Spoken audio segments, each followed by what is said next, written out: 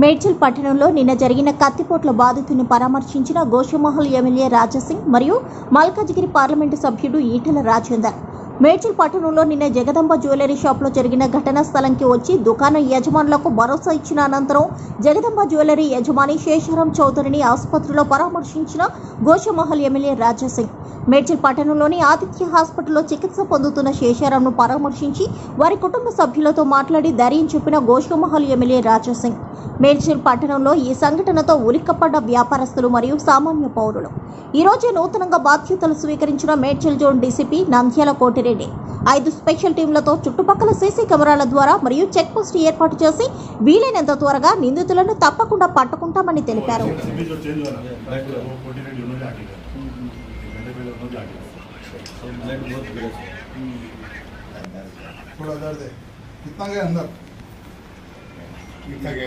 आपको याद है आप इनके घर पे आए थे पहले एक बार अपन चौकट गाय रुके थे आप इनके घर पे रुके थे बहुत साल पुरानी बात है बराबर 10-12 साल हो गए बात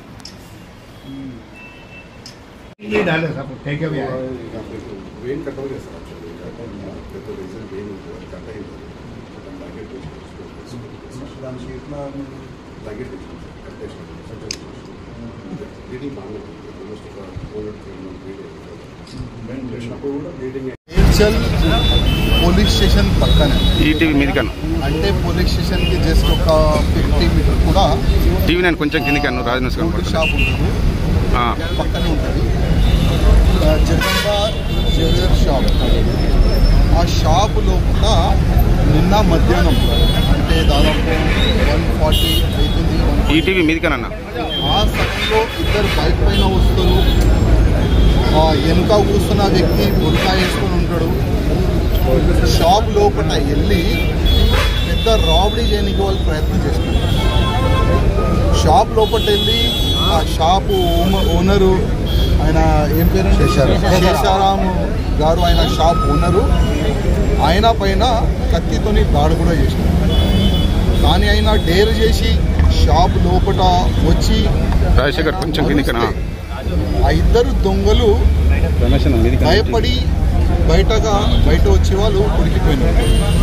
దురదృష్టం ఏంటంటే పోలీస్ స్టేషన్ పక్కనే భయం లేక ఎంత పెద్ద వాళ్ళు పని చేసినారంటే పోలీసు వాళ్ళు ఏం చేస్తున్నారు ప్రతి ఒక్క వ్యక్తి అడుగుతారు. పోలీస్ పైన మాకు నమ్మకం ఉంది, వాళ్ళు ఈ కేసులో ఉన్నారు, 24 hours ముందే వాళ్ళకి పట్టుకుంటా అన్నారు.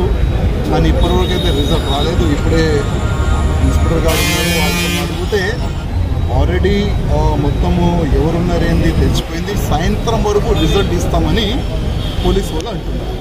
పోలీసు వాళ్ళకి రిక్వెస్ట్ చేసేది ఒకటి, ఇది ఒక్క దొంగతనం కాదు, గతంలో కూడా చాలా ఇట్లాంటి రాబరీస్ జరిగింది. 2011లో కూడా ఇట్లాంటి పక్కనే చౌరస్తాలో కూడా షూట్ చేసి కూడా రాబరీ చేయడానికి వాళ్ళు ప్రయత్నం చేస్తున్నారు. ఒకవైపు షాప్లు ఓనర్లు భయపడుతున్నారు, నిన్నటి నుంచి ఆల్ గోల్డ్ షాప్ మొత్తం బంద్ పెట్టుకున్నారు. ఇంకోవైపు హిందూ దేవాలయ పైన కూడా వాళ్ళు దాడి చేస్తున్నారు, గుళ్ళు కూడా పలగొట్టినారు. పక్క ఊరు డబిల్పురలో సీతారాము మంచి ఒక విగ్రహాలు ఉండే దాన్ని కూడా వాళ్ళు పలగొట్టినారు.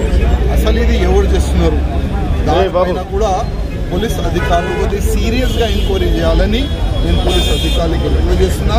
అంత త్వరగానే ఈ దొంగలకి మీరు పట్టుకుంటారని ఒక విశ్వాసం ఉంది.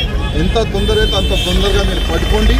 ఎప్పటి వరకు మీరు పట్టుకుంటారు అప్పటి వరకు మేము మీకు సహకారం చేస్తాం. ఒకవేళ మీరు ఫెయిల్ అయితే మాకు చెప్పండి, వాళ్ళ మా స్టైల్లో మేము తిరుగుతాం.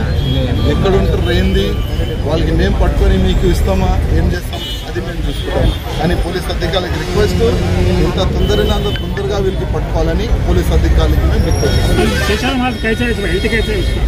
ఇప్పుడు ఫస్ట్ అయితే మేము షాప్కి వచ్చినాం, ఇప్పుడు నెక్స్ట్ మేము హాస్పిటల్ వెళ్తున్నాము.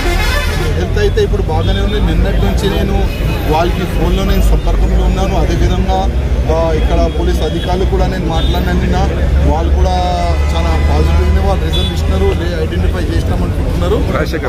హెల్త్ అయితే బాగానే ఉంది. इसके आगे के लिए आप क्या संदेश देना चाहोगे व्यापारियों को? देखिए, व्यापारी भाइयों को बस एक ही कहना चाहूँगा कि हम आपके साथ हैं.